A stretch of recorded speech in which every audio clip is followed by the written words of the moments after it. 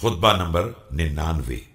आप अलैहिस्सलाम के खुतबे का एक हिस्सा जिसमें दुनिया से किनारा कशी की दावत दी गई है। बिस्मिल्लाहिर्रहमानिर्रहीम। खुदा की हम्द है उस पर जो हो चुका और उसकी इमदाद का तकाजा है उन हालात पर जो सामने आने वाले हैं।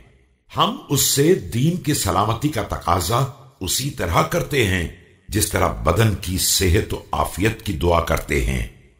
We praise Allah for what has happened and seek His succor in our affairs for what is yet to happen, and we beg Him for safety in the faith just as we beg Him for safety in our bodies. बंदगान खुदा, मैं तुम्हें वसीयत करता हूं कि उस दुनिया को छोड़ दो जो तुम्हें बहरहाल छोड़ने वाली है, चाहे तुम इसकी जुदाई को पसंद न करो।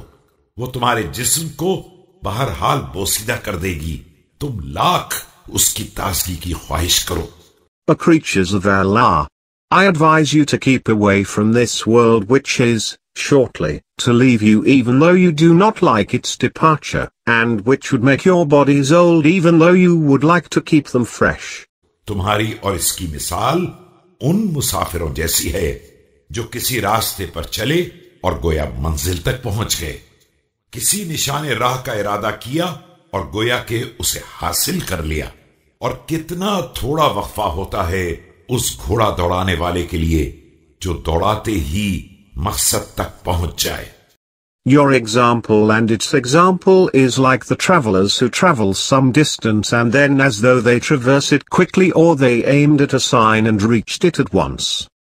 How short is the distance to the aim if one heads towards it and reaches it? उस शख्स की बका ही क्या है जिसका एक दिन मुकर्रर हो जिससे आगे न बढ़ सके और फिर मौत तेज रफ्तारी से उसे हका कर ले जा रही हो, यहां तक कि बादले नाखास्ता दुनिया को छोड़ दे। खबरदार, दुनिया की इज्जत और इसकी सरबुलंदी में मुकाबला न करना। And how short is the stage of one who has only a day which he cannot exceed while a swift driver is driving him in this world till he departs from it. So do not hanker after worldly honor and its pride. और इसकी जीनत और नेमत को पसंद न करना और इसकी दुश्वारी और परेशानी से रंजीदा न होना कि इसकी इज्जत और सरबुलंदी खत्म हो जाने वाली है और इसकी जीनत और नेमत को ज़वाल आ जाने वाला है और इसकी तंगी और सख्ती बहरहाल खत्म हो जाने वाली है।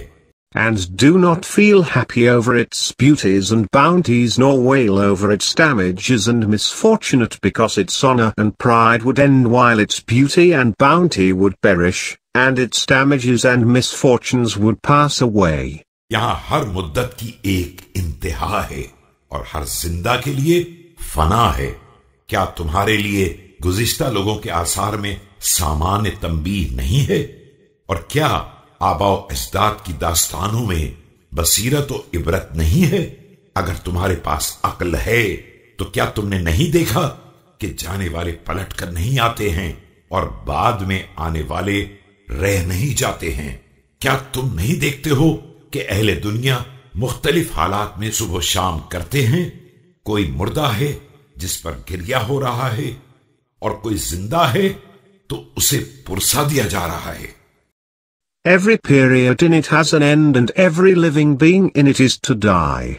Is not the for you a warning in the relics of the predecessors and an eye-opener and lesson in your forefathers, provided you understand? Do you not see that your predecessors do not come back and the surviving followers do not remain?